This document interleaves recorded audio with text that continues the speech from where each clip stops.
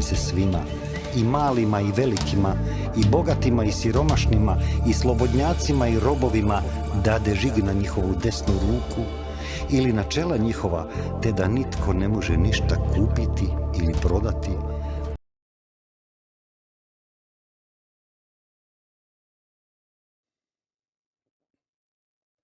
Pozdrav, dragi narode, dobrodošli u još jednu epizodu Slobodni. Kada smo prije 22 mjeseca bili svjedoci početka rusko-ukrajinskog rata, primijetili smo neke specifičnosti, kao na primjer da je pandemija nestala. Nestala su cijepljenja, maske, mjere i niko o tome više nije ništa pričao. Odjednom je rusko-ukrajinski rat postao jedina tema. Još smo primijetili neke specifičnosti kao što su razne podjele. Neki su odmah podržali Ukrajinu, neki su bili protiv toga, neki su ostali neutralni. U svakom slučaju na javnoj sceni se dogodila nova podjela. Također, meni je ono glavno crveno svjetlo bilo kad sam vidio našeg premijera kako gorljivo pomaže Ukrajini, pa sam pomislio, evo ga, obući će uniformu, uzeti kompletnu opremu i otići na prvu liniju.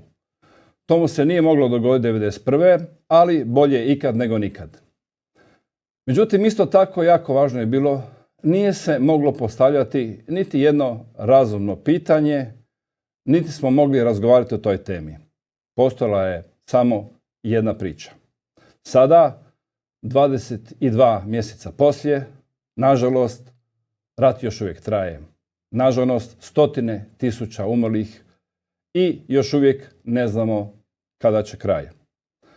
Stoga sam odlučio da otvorim i ovu temu u emisiji Slobodni. Naime, mi smo se svrstali u tom ratu, a mislim da je jako važno da znamo u što smo se svrstali i zašto. Naime, ako ne možete postavljati kritička pitanja, ne možete ni objektivno analizirati. Na primjer, pitanje zašto smo mi u tuđim ratovima i da li to ima neki cilj, ima neki smisao.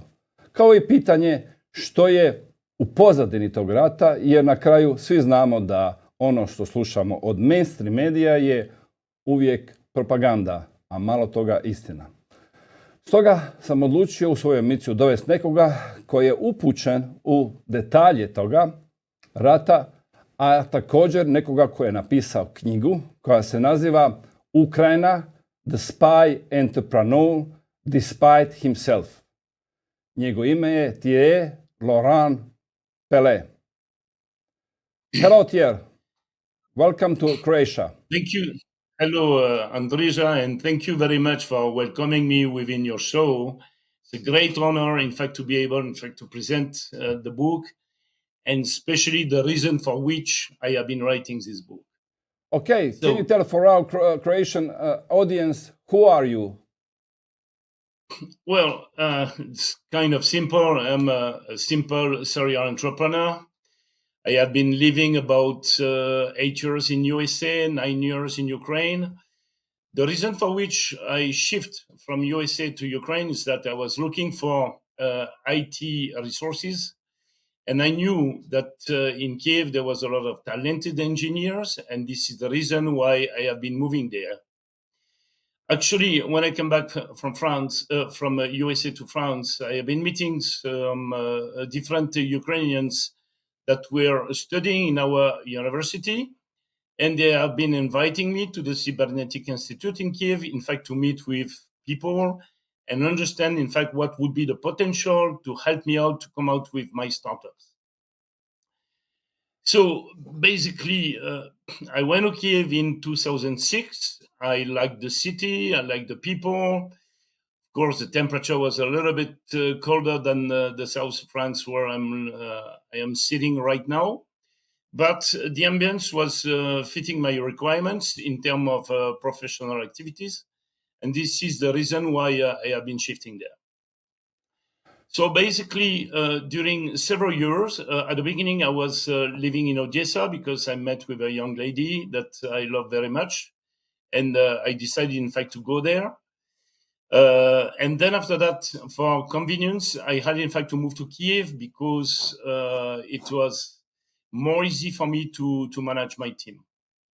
So from 2006 to 2009, I was living in Odessa. From 2009 to 2015, I was living in Kiev.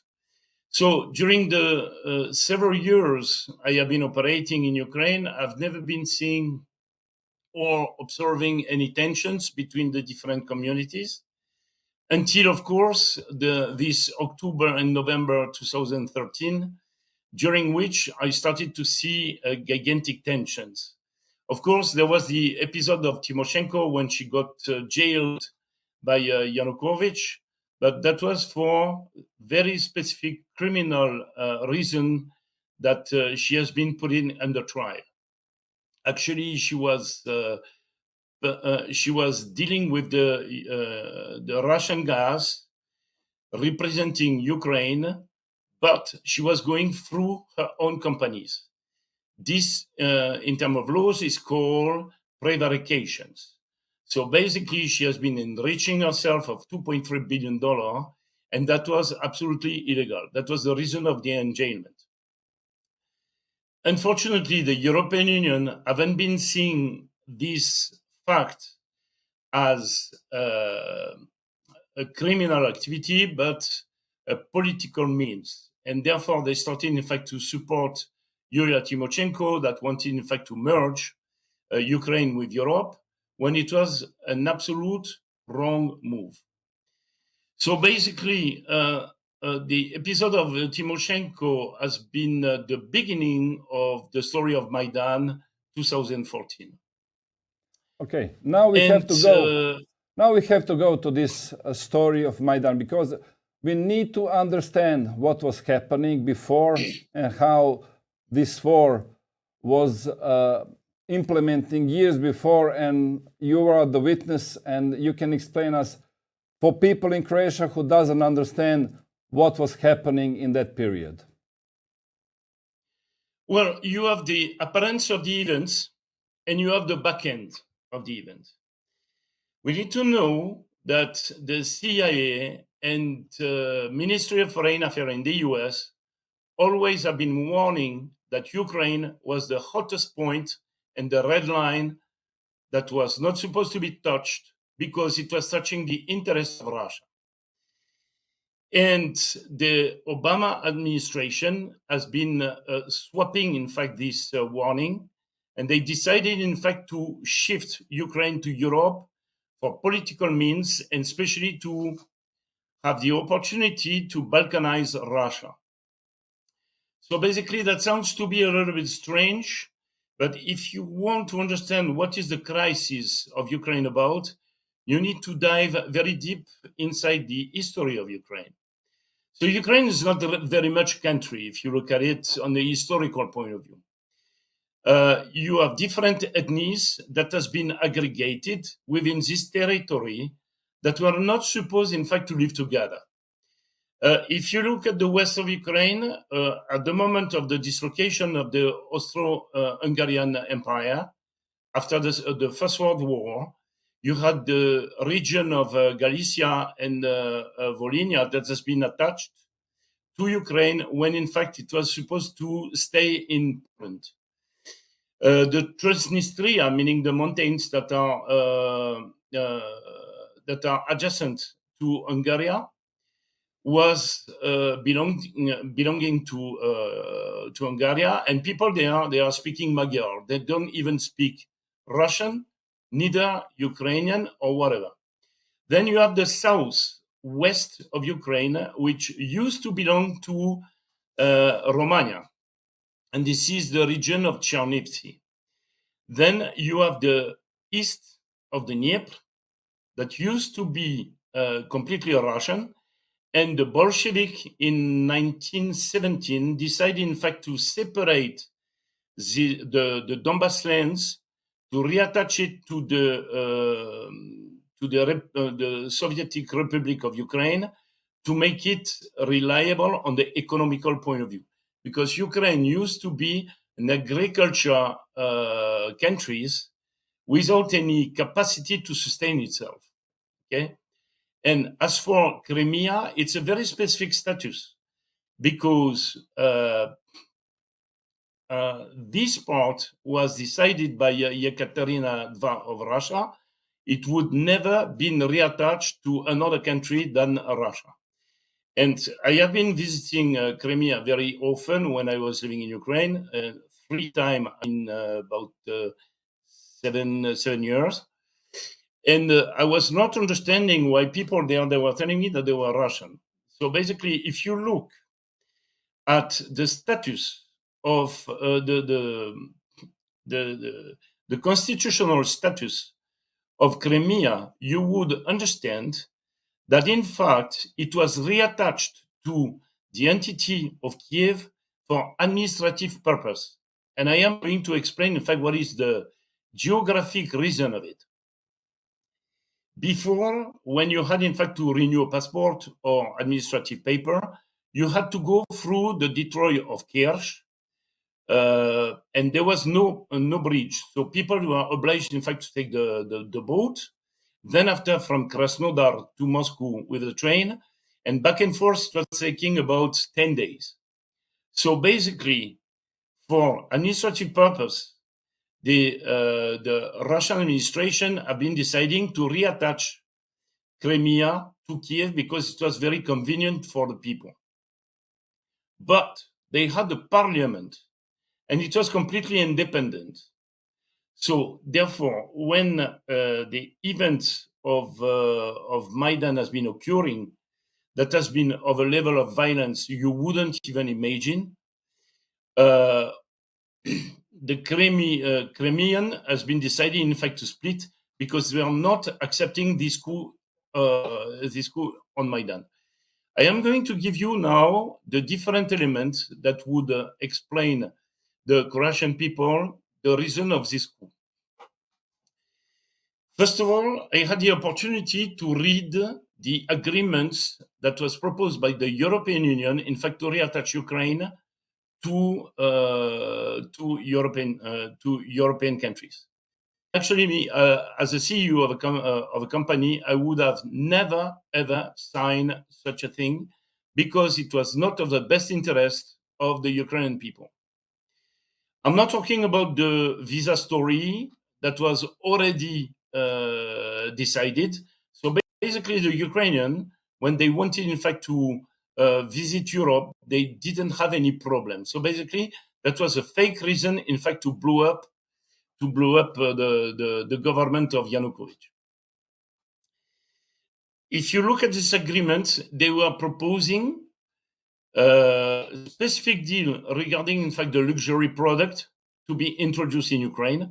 But at that time, due to the level of salaries, there were not a lot of people that would have been beneficiating this kind of deal. Then there was a financial package of 600 million euro, when in fact Russia was proposing something at 2.3 or 3 billion in bonds. Okay. The problem of Ukraine was the energy. And actually, what people don't know is that Russia has been supporting Ukraine during 27 years and have been investing $140 billion in these countries with very specific deal in the way the Ukrainian will be beneficiating of very cheap gas and oil. What is the problem of Ukrainian? This is energy, because the weather in winter is extremely harsh and it's very long. So basically, if you want people to warm up during the winter, they had in fact to sign a deal with Russia to make sure that their comfort of life would be respected. And the problem is that because of ego, the European Union have been deciding that Russia should not be integrated within the deal.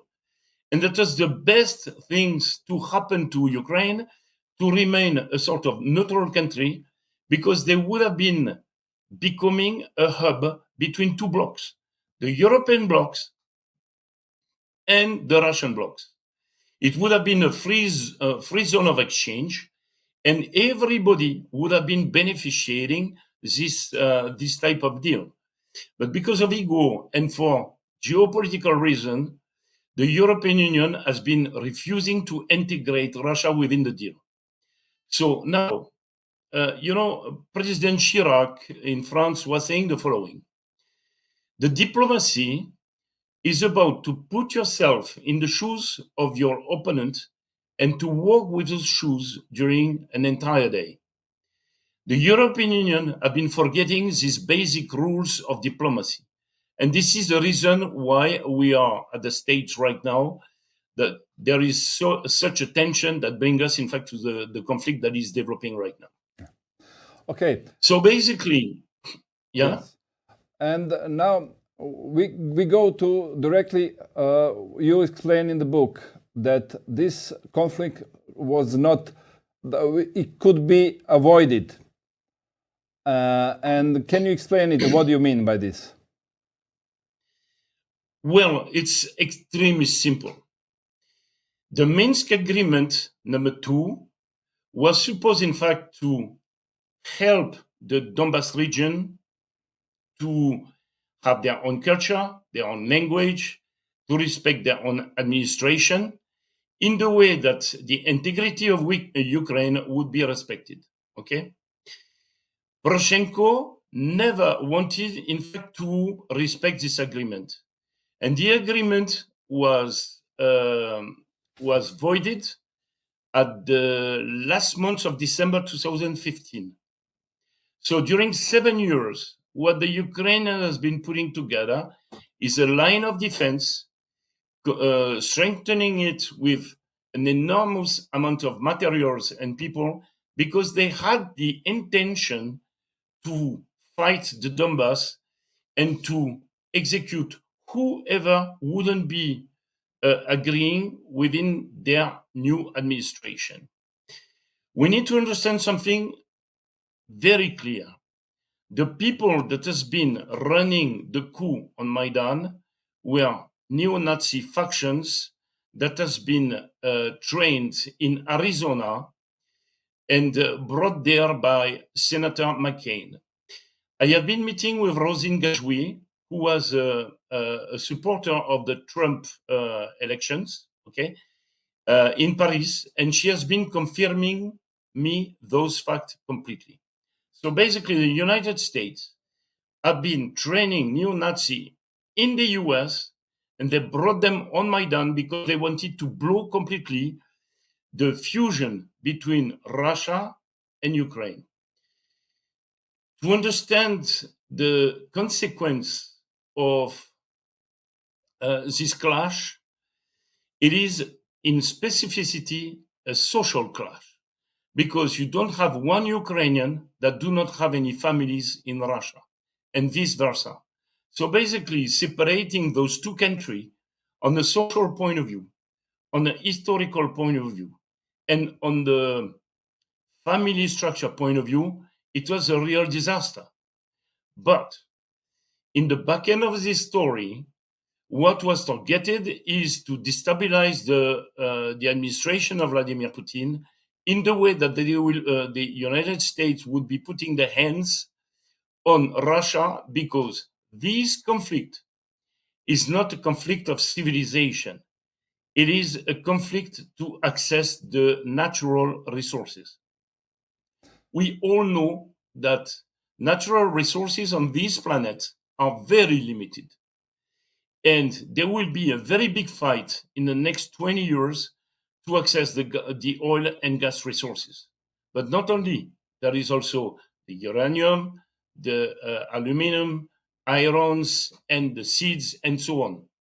So basically, Russia is a very big country with all the resources necessary to run the European economy. And actually, United States is buying a lot of oil and gas from Russia. So by pulling down the government of Vladimir Putin, they would be able, in fact, to beneficiate those resources for almost free. But there is another story in the back end of this. Everybody knows, I am sure, in Croatia, that the World Economic Forum and the Open Society of George Soros are working together because they want to install a worldwide government. This is what they call the New World Order. And actually, if you go to the site of Élysée, Macron has been putting a declaration saying that it was a necessity to have a one government all across the planet. I do believe personally that this is a schizophrenic megalomaniac project, extremely dangerous, because it would be beneficiating a very small amount of people and transform everybody else into slave. This is outrageous, and this is completely crazy to think that most of the people in Europe would be accepting such a structure due to the cultural difference, the mentality difference, the religions difference. This would never work. Actually, there was one model that has been tried, and that was the USSR. And we all know how this has been ending. It was a full collapse because it was going against the needs of people, in fact, to develop themselves. And if you are putting in a digital prison most of the European population, the result is going to end into a gigantic rebellion, and this will be collapsing completely the European Union. The European Union is a good story because it allows, in fact, to structure a set of infrastructure and a political framework allowing people, in fact, to do business.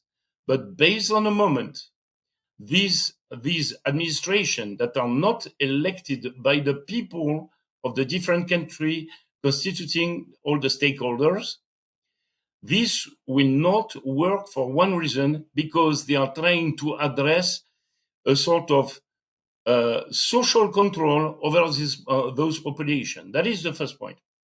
The second point is that there is a level of corruption that is absolutely outrageous.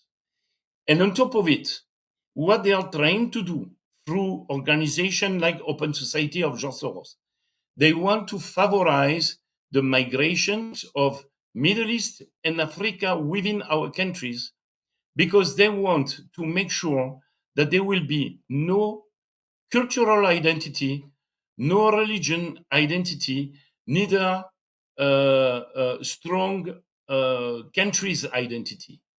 And therefore, they would transform everybody in a sort of machine to consume and to produce. But we cannot consider human beings with this type of dimension. And this will not work. They are trying very, very hard, in fact, to do so. Okay, we will come back to this again later. Let's go through this, how this war starts.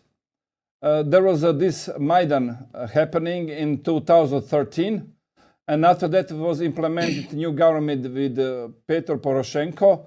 And what was the role of United States in this Maidan event?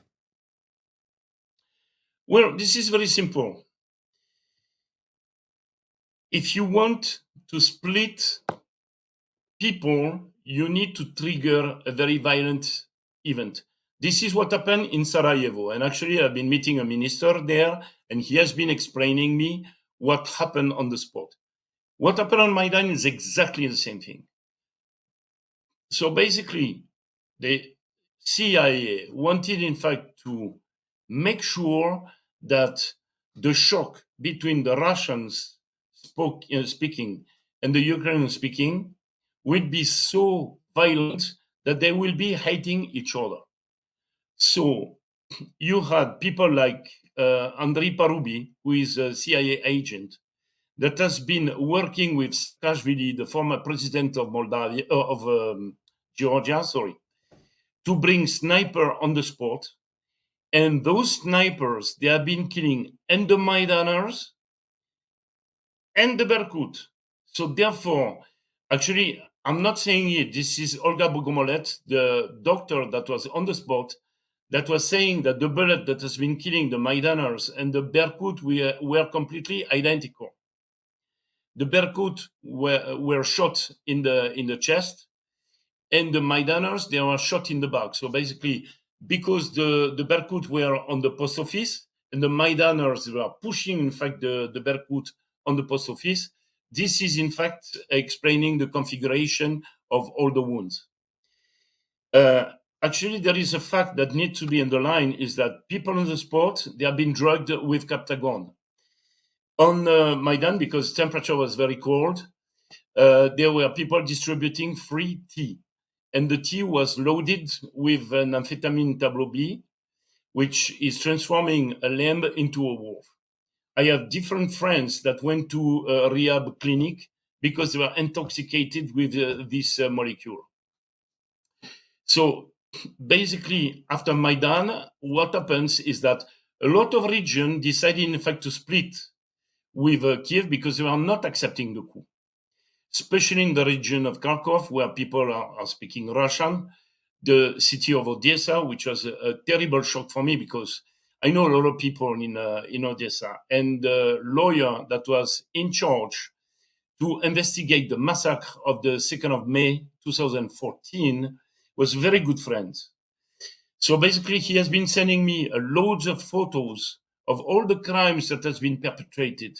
And what is very shocking in this story is that nobody got arrested for all the murders that has been perpetrated. But what is very surprising is that the story of Maidan is opening what I call a Pandora box. In a democratic country, you have to go through a process of election, in fact, to set up an administration. And you need to respect it whatsoever it is doing until the next election. Here, they decided by the violence to eliminate any kind of opposition because Odessa was just a symptomatic episode.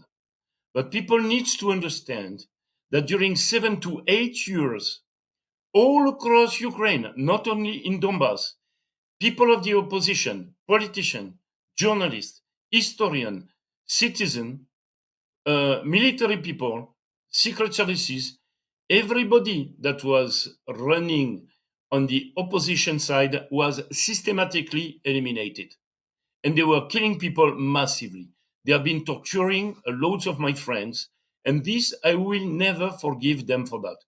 Because when you live with people, you try to understand them, you are helping them on the social point of view, you are providing job, you are doing everything possible, in fact, to make their living comfortable, and suddenly you are seeing them transform into animals, and within your own team, with your own company, you see people that are starting to fight and insult themselves just because they are not understanding what is the real reason of what is happening in their country. This is just an outrage. So basically, this is the reason why, despite the fact that I have been living so long in this country, I will never, ever support Ukraine for whatsoever they have been doing. I have a lot of friends in Donetsk that has been murdered, that has been tortured, and this I cannot accept it. You see? I can understand it completely. Well, can you tell us, there was some specific important events just before war starts, that was the beginning of 2022. Can you tell us about this? Yes. So actually, I need to specify some kind of my activities here. I have been in contact with a group of generals in the US for a very long time. And because we have different friends in common, and they are very confident in regard of my expertise on this country, because I always have been telling them what was happening, and I have absolutely no conflict of interest, and I never have been hiding the fact that I was on the side of Russia on the low point of view. It is not about to be pro-Putin or pro-Ukrainian or pro-French. I'm talking about low point of view. That's all. General Vallely, who has been recommending my book, actually, one day called me and say, Thierry, what do you think about this video? And he sent me a video where I was seeing some trains that were moving a gigantic amount of material. And Paul asked me, do you think that Russia is going to attack Ukraine? And so I have been telling him that in regard of the position of the sun on the video, this train was moving from west to east. So what was at the west part of the Donbass? That was Ukraine. So therefore, I do conclude that that was Ukraine that was preparing an attack on the Donbass. So let's look at this event on a political point of view. The Minsk agreement was a failure, okay, since December 2015. The Duma have been depositing a demand to recognize the Republic of Donbass, meaning Lugansk and Donetsk. Vladimir Putin, end of January, had 30 days to decide if he was recognizing those republics or not.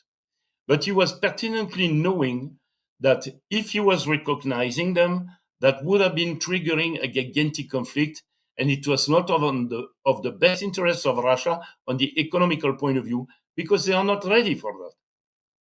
Actually, 4 days before the attack, Russia has been buying an enormous amount of bonds on the US market. If you are a country, are you going to invest in the country that is financing your opponent? I don't think so.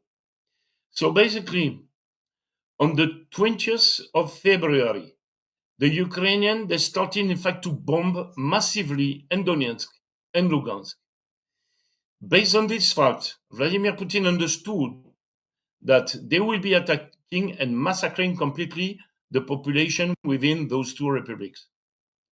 He recognized them, and he had, in fact, to sign 3 types of agreement: the administrative and cultural integration of those republics. There was the economical agreement to support them, because during 7 years, there was absolutely no resources coming from Kiev to support their own republic when they were pumping, in fact, the resource. But the third one was a NATO-based agreement. It was a security agreement that was guaranteeing completely the integrity of those republics. On the 21st, when Vladimir Putin is signing up this agreement, the Ukrainians went completely crazy and started to bomb even more massively those two republics. On the 23rd, the 2 presidents of those republics are asking Vladimir Putin to interfere, to respect, in fact, the agreement that was signed on the 21st. What happened on the 24th? Vladimir Putin has no other choice than to execute the agreement of security. And this is how the things have been starting. Okay. So basically, when you hear from all the media, and actually I want to underline very strongly the fact that all the medias in Europe have been lying regarding all the facts, and they have been completely avoiding to talk about the problem that the Ukrainian has been generating. And therefore, well, yes. I understand completely, and that's why we are now talking, because I noticed a similar thing during 2020, and that was like deja vu. Everybody was talking the same thing. If you ask any kind of question, then you become anti-vax, you're becoming conspiracy theorist. Now, if you start to asking any kind of question, then you are pro-Putin, you are against the people of Ukraine, you are pro-Russian, and you cannot get any kind of answers, and that's mostly what media done. But that's why we are discussing this today. Tell me, you are explaining a lot in your book about economic impact of this war, exactly economic reasons, because you see that the most important reasons are economical reasons. And you explained also what was happening with the supplying of gas with the Northern Stream. Can you tell us about this? Yes. So basically, I am in touch with a gentleman in the Danube region, especially in Austria, that has been providing me a document that was kind of disturbing. It was emitted by the RAND Institute, which is working with actually the CIA, the NSA, and the US government. I have been reading this document, but before, in fact, to understand if it was a fake or if it was real, I had to get in touch directly with the journalist that has been writing this document. So basically, those two Swedish guys, I got in touch with them, and they have been proving me the real source of this document. It was structuring completely the destruction of the economy of Europe.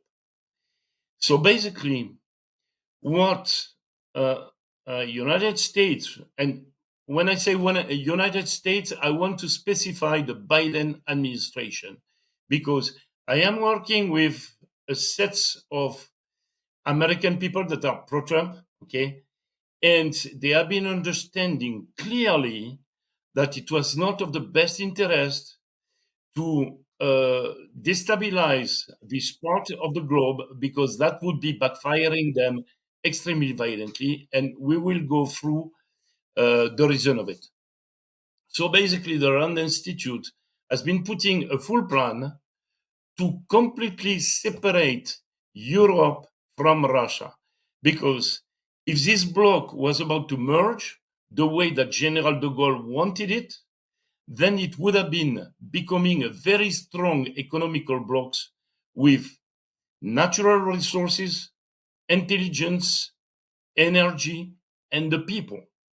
And therefore, the Anglo-Saxon world would be completely collapsing. So the things to do to execute their plan was to blow the source of energy of Germany, to plunge it into a recession. And what is very surprising in this story is that it was going against the interests of Germany, and Chancellor Scholz never been complaining about it. So therefore, what is very shocking in this story as a conclusion is that Scholz had to accept the fact that the economy of Europe would be completely destroyed, because this is the country that is supporting most of the states on the financial point of view.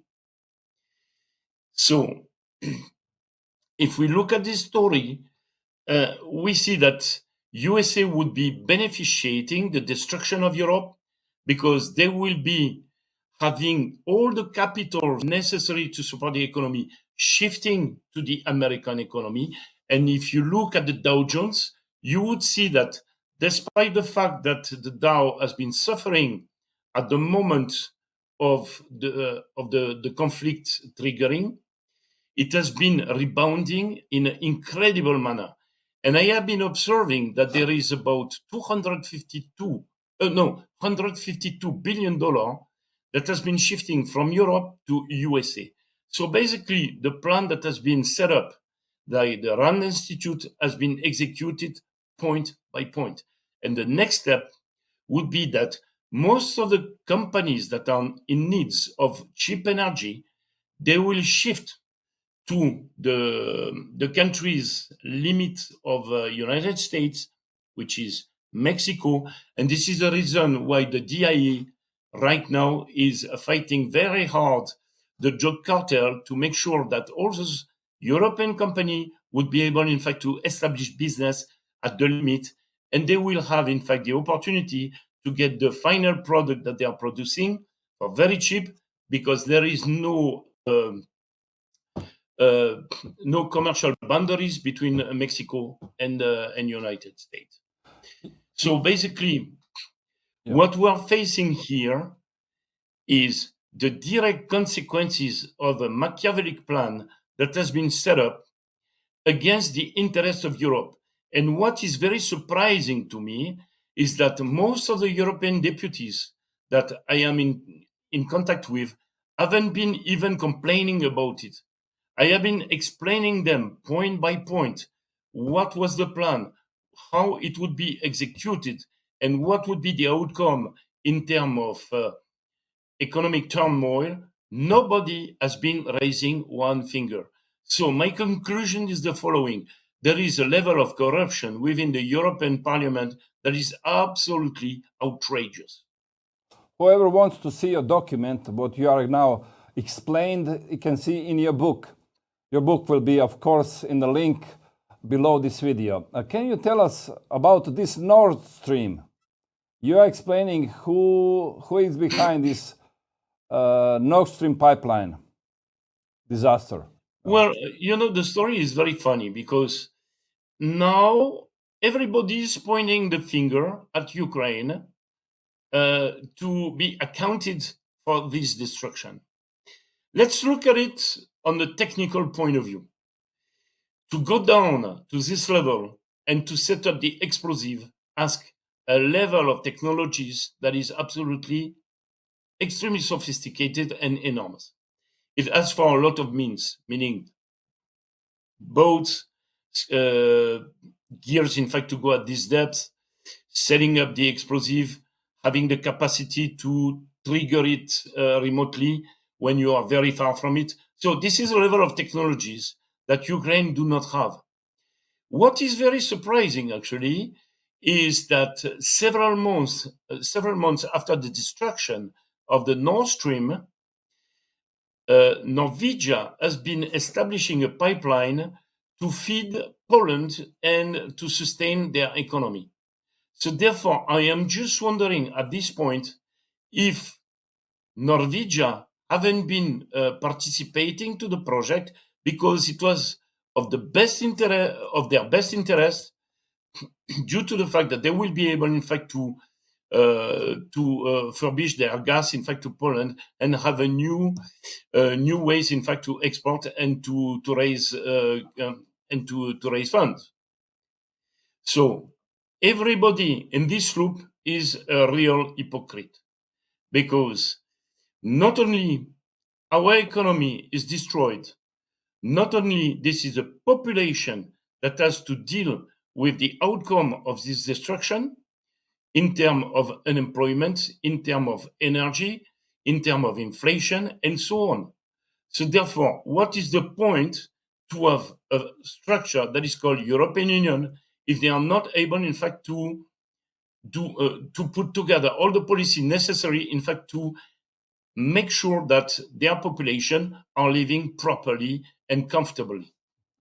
You, as a geopolitician, are also mentioning that now there is the BRICS countries who are now developing, and other countries, western part, are now decreasing in economy. And you are explaining also about level of debts of all these countries what are involved in this conflict. Can you tell us about this? Yeah, so basically, let's go back to the reactions of European Union regarding, in fact, the attack of Russia on the Ukrainian territory. Russia in the years 2020 is not the Russia that European knows during the 90s. I have been meeting with a certain numbers of leaders within the government of Russia, especially Sergei Gladyev, the economical advisor of Vladimir Putin. I met with Alexander Dugin. I met with Maria Zakharova. And I have been understanding that those people have been putting together all the mechanism necessary to protect their country of an eventual cut of the SWIFT. They have been implementing a system that is called ESPS, or now they have been renaming it Mira, I think. This system was allowing the Crimean people that were under sanction, in fact, to operate their banks. But they have been expanding their system to China to make sure that they will be not depending on the SWIFT system to continue to operate their economy. So basically, when Bruno Le Maire, the Minister of Economy in France, was saying, oh, we are going to put Russia on the knees and this and that, we are going to kill them with sanctions, I was a little bit laughing because those guys, they have absolutely no clue regarding the capacity of this country to sustain itself on an economical point of view and on a commercial point of view. The sanction has one only effect, is that Russia has been awaking from its winter, economical winter. And those people are very resilient. They are very hardworking, and they have been putting together everything possible to make sure that their economy would be sustained. A lot of European economies have been leaving the country, and what happens? The Russian has been jumping on the opportunity. And on top of it, as Vladimir Putin has very good relationship with Xi Jinping, most of the Chinese companies have been replacing the European companies. So basically, for a story of a country that hasn't been respecting agreements that they have been signing, because an agreement, when you sign it, you have to execute it. End of the story. Because of this, and because of the gigantic ethnic cleansing that they have been running during 8 years, we have to face the worst economic turmoil, because Russia right now has been kicking all the European countries, the European companies, and this is the Chinese that are operating in Russia. On top of it, the very smart people within the European Union, they are buying the oil of Russia through India and China. But we are paying the commission to those countries which has been triggering an inflation that is out of control. When you are listening to Christine Lagarde saying, I don't understand where the inflation is coming from, I'm just wondering what this woman is doing at the heads of the European Central Bank. Everybody within the industry knows that when you sell a product, 30% is assigned to the production of the product. If you need energy to build this product, of course, you're going to have a leverage inflation due to the usage of energy. And then you have 30% that is assigned to the transportation of your product to the distribution point. If the oil and gas is rising, then you have another level of inflation that is going to bubble up the price of your product. And at the end of the story, due to the functioning of the distributor, there will be another level of inflation because the boutique will have to pay the electricity, it will have to pay for the gas of the car, in fact, to go and get the product and so on. So basically, those people that are so smart, they haven't been thinking about the consequences that this would have to put sanction on energy coming from Russia. There is another side of it, and that was the most dangerous side for the United States. Most of the third world countries, what we call the Great South, now they understand the dynamic that has been put together by the United States to put them under slavery.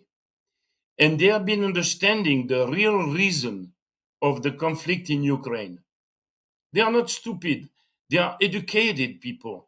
They might come from Africa, from anywhere in the world, but they go to European universities. They have a smartphone. They can access information. They are sourcing the right information. They are not listening to the westernized way, mainstream media. So therefore, they have been understanding that aligning themselves within Russia would be of their best interest.